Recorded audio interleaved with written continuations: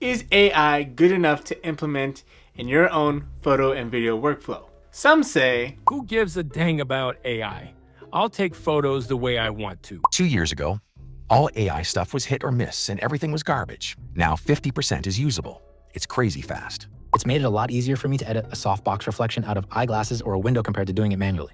That's the only effect it's had on my world. In this video, we're gonna see what AI can do with my old photo mistakes and see if it can still revive blurry photos and turn them into sharp ones, or even taking some shaky video footage and making them stable. I'm going through the backlogs today to see what Topaz AI software can really do. Is it gonna be the saving grace that you need today, or is it only hype for now? That's what we're gonna learn here together. Topaz is not sponsoring this video at all, and all the thoughts and experiences here are my own. I paid for all the software. So before buying Topaz AI, I've actually used AI for doing things like culling through photos, being able to choose the ones that are in focus and showing me the subjects that actually have their eyes open. Surprisingly, it actually works with my own Asian eyes. But other than that, I've only used the noise reduction with AI in Lightroom, and you can pretty much just dial in how much noise reduction you want. But the way it works, it seems more like noise removal than noise reduction, just because of how extreme you can take it. But our first challenge for AI is, can it save a blurry photo? Now, once in a while, if you're unlucky to take only one photo of a group picture, especially a once in a lifetime moment, you end up looking at your photos afterwards and you realize, yeah, I missed focus. Okay, so for our first photo, it's a portrait of me taken by my wife. Just so happens that we kind of missed focus here. No big deal. You did eventually get the shot, but I want to see, can we still salvage this photo if it happens to be the only shot that we took? All right, so right here on the bottom hand screen, we have some suggestions of what to do. Let's sharpen the subject. And as you can see in the red, it highlights us as the subject. Beautiful. Okay, well, they weren't wrong. We did sharpen the subject. It's just that I'm still out of focus. How about super focus, the beta? So Control Z here, let's render. So we clicked on sharpen, we had super focus, and pretty much the only thing that we see a difference of is sharper glasses. This is a hard pass as far as completely missing focus. Even if we go in here to the controls, we see sharpen strength.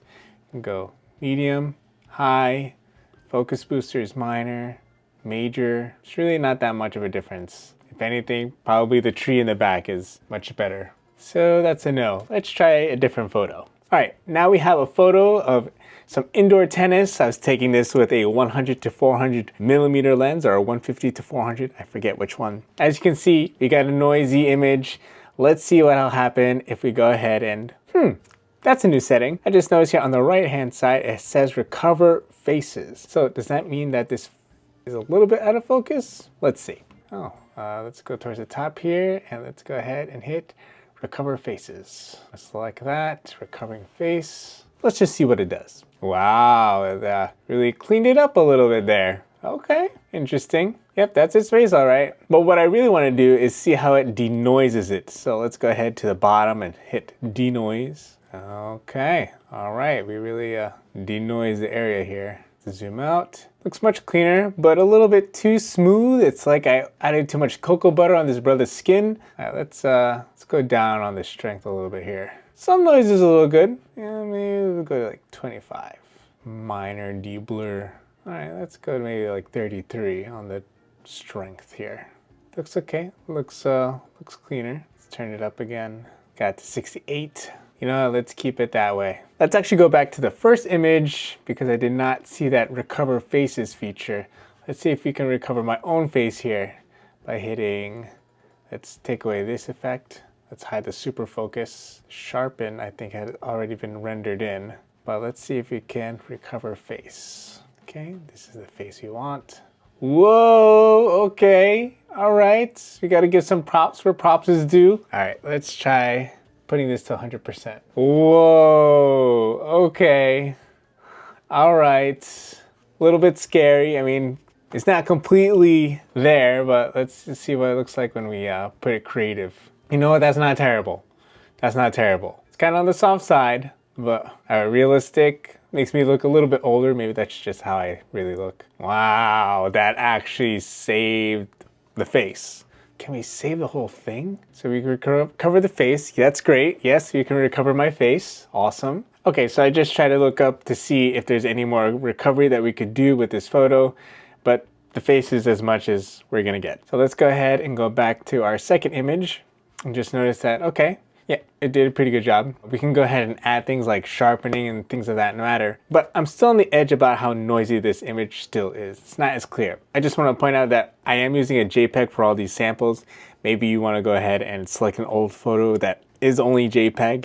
It's not in DNG or any RAW file. So this is just to kind of give an example of what that is actually like. But I want to go ahead and see how well this can handle grainy photos, so I will upload the RAW for this. It's already going on the RAW denoise. Whoa, okay, that's a big difference. That's a big difference. The RAW denoise is applied first during RAW conversion for superior image quality. Yeah, I can see that. Maybe it's a little bit too good, so let's go ahead and just dial back on that a little bit. Okay, yep, still looking a little bit sharper. Dial back a little bit more. Still a little bit too clean for me. All right, now we're starting to see more of the noise. Okay, let's bring it back up to like 19. All right, that I'll take. All right, let's go ahead and recover our face just so we can get the best image quality out of his face there. You can see the eyes are a little sharper. The details in the face are a little bit sharper, or at least clarity is like increased there, like by Photoshop Lightroom standards. Probably just back off on the strength a little bit on that. And maybe we'll add a little bit of sharpening as well. Add a little bit more sharpening here. Yeah, it's like a completely, ooh, the racket looks nice, crisp.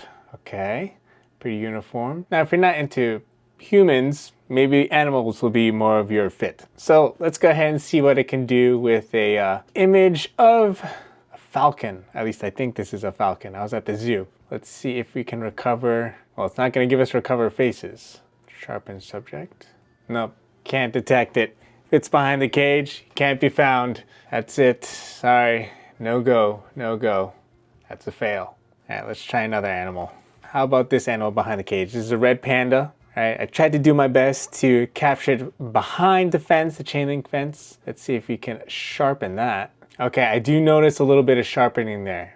Looks a little crisper. Okay, you know, let me just bump it up all the way to 100. Ooh, okay, I like it. I love it. I love it. I love it. I love it. Pretty darn clean with the details. What's this refocus thing going on? Well, what happens if I go back to animal? I love how it just really focuses on the subject and sharpening that, saving you some time just drawing or brushing over your subject and hitting the sharpen tool in something like Lightroom Classic. Okay, yeah, that's a keeper. How about a lion? A blurry lion. Okay, we're not able to recover any faces here, but let's add some sharpening. Okay, might notice a little difference here. Pump that up. Okay, all right. Does look nice and sharp. How about a little lens blur, V2? Don't really see much of a difference. If I look at this long enough, I won't be able to notice any difference. But anyway, let's bring up the strength there. Okay, that's good. See, most of the focus is down in the paw, trying to bring it back to the face. What if we try to upscale a little bit here? Try to bring it back. I think this one was shot with the Sony Alpha 6400, so we're working with a 26 or 24 megapixel camera. All right, actually that upscaling actually did help with it. That looks better, much better. Subtle. Would you be able to tell that this was enhanced by AI? But for a real test, let's see how this handles dark photos. So in this case, we have a crocodile here. Hopefully none of you are afraid. Don't worry, it's not gonna bite you. Let's go by the suggestions here from Topaz. Let's go ahead and denoise everything. Again, this is by JPEG. It's most likely gonna be done better if I used a raw image. All right, we denoised it. Let's adjust the lighting. Okay, we brightened it up a little bit. Maybe let's raise the exposure some more. No, let's just raise it up all the way. Balance some color. Okay, not bad, not bad. I wish I could see more of the eye. Sharpening the subject, it's pretty much selects just the top half of the crocodile or alligator. Just notice this temperature slider for the balancing of color. Anyway, I'm sure that this would look much better if I ended up using the raw file, but hey, you know what? Considering what we got, it looks nice and clean. It doesn't look noisy. It's actually pretty darn sharp, but let's add some more sharpness to it to see how much more detail we can get. Let's just pump that up to 100 for the standard AI model. Hey, there we go. Okay, not bad. But how well does it handle shaky vlog footage, or any footage at that? Back when I was new to shooting video, I just hit record. I didn't care about shutter speed. I didn't really have any stabilizers. I just had a tripod.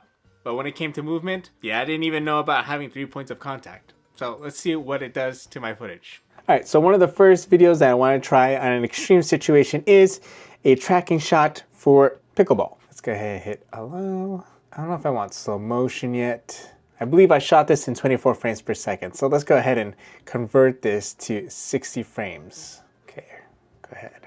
While waiting for this, let me show you the original clip. Yeah, motion blur is just crazy. How long is this gonna take? I just keep stopping and starting. Let's just try something like stabilization, huh? Let's try stabilization. Adjustments, we'll do for enhancements, let's look for stabilization. All right, let's render 2 seconds here. Actually, it is pretty smooth, unless it really isn't that different. Well, let's render 2 seconds here. You know what, that's not too bad. What happens if we do 100%? Maybe that's a little bit too much. Let's transition where he approach shots here. Let's go ahead and hit 2 seconds.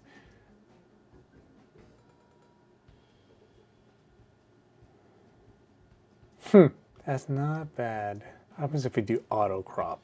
I can't tell if there's much of a difference. I'm gonna go ahead and just keep it at these settings. See if we can still revive the 60 frames per second. Oh, actually it looks cleaner. You can actually see what's going on here. Yeah. Whoa, let's turn this into 120 FPS. Let's try that. Let's render, let's do like 10 seconds. Wow, yeah, you can actually see it just a little bit more. You can really see the frames. What happens if we dial in that sensitivity a little bit more? Okay, there we go. Now we're getting more of the renders. I don't know what was happening before, but now we get the rendering. All right, let's do this. Nice. Okay. Okay, all right, we got something here. I think that's something we can export. Yeah, let's see this side by side. Oh yeah, you can really see the difference here. So this is a clip of me just walking through this kind of pathway here. I'm using a Nikon D7000, barely has autofocus. Yeah, and it's shaky. I wasn't even really trying. At this time, I didn't have the knowledge to stabilize it as best as I could handheld. So let's go ahead and render that in and out real quick. Let's see the before and after side by side. All right, it's you got that gel. Ooh, you know what? I was expecting more jello kind of sensation, but that is pretty darn good. Oh, you can actually see my my dad out there in the distance pretty well. Yeah, that was cleaner than I thought it would be. That's a good one. Let's go on to a third clip here. Let's do a vlogging clip. This is a shot of me in the mall, and we're gonna apply some auto stabilization here. Gonna render in and out, get a split screen view. This was shot on the Sony ZV-E10 Mark II, one of the best vlogging cameras that you can get, aside from this DJI Pocket 3. And I was just testing out here what it would be like to have no stabilization, because this is one of the latest cameras that don't have in-body image stabilization, which is kind of a bummer for a vlog camera. But I get it if you want to spend around $1,000 and nothing more than that. At least that's what I think Sony was trying to do. All right, I can already see some cropping. Let's do this, and okay.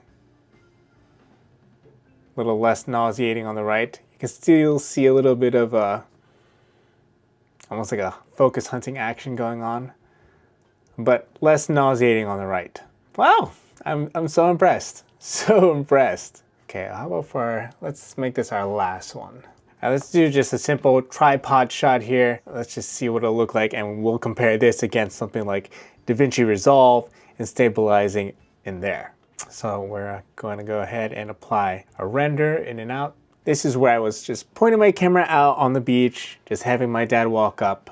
I'm expecting a decent amount of crop to cut off my dad's head here when he walks into frame, which is what's going to happen. But let's see how Topaz handles this. Now we're rendered. Let's see what this looks like when I start tracking my dad. Again, handheld. I think I was still shooting on the Nikon D7000. Yeah, let's see how it goes as I'm just tracking behind him. Maybe this was a Sony camera. This looks like it's handled pretty well. Yeah, stabilization is not that bad.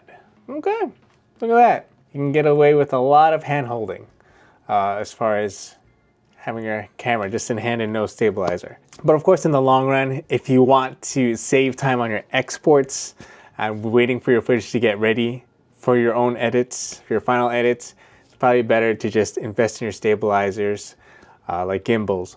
But if you just need a little bit of help on the one shot, Topaz is probably going to be the way to go. All right, well, let's take that footage and put it against something like Catalyst Browse or DaVinci Resolve that have their own stabilizing features in there. Okay, well done, Topaz. Now, the AI still isn't perfect and you still need a couple trial and error and a couple tutorials to really dial in your settings, but it's still better than not having it at all. And if you're doing photo and video for a living, or perhaps you just really want to salvage your memories, then Topaz AI may be one of your options. But it's still better than not having it. Whether you choose it today or another day, the future will end up using AI. It's only a matter of time. Check out the affiliate links down in the description if you decide to get any of these software. This will greatly help the channel if you decide that any of these are for you. Thanks again for watching. Now go out there and shoot for the life that matters. See ya.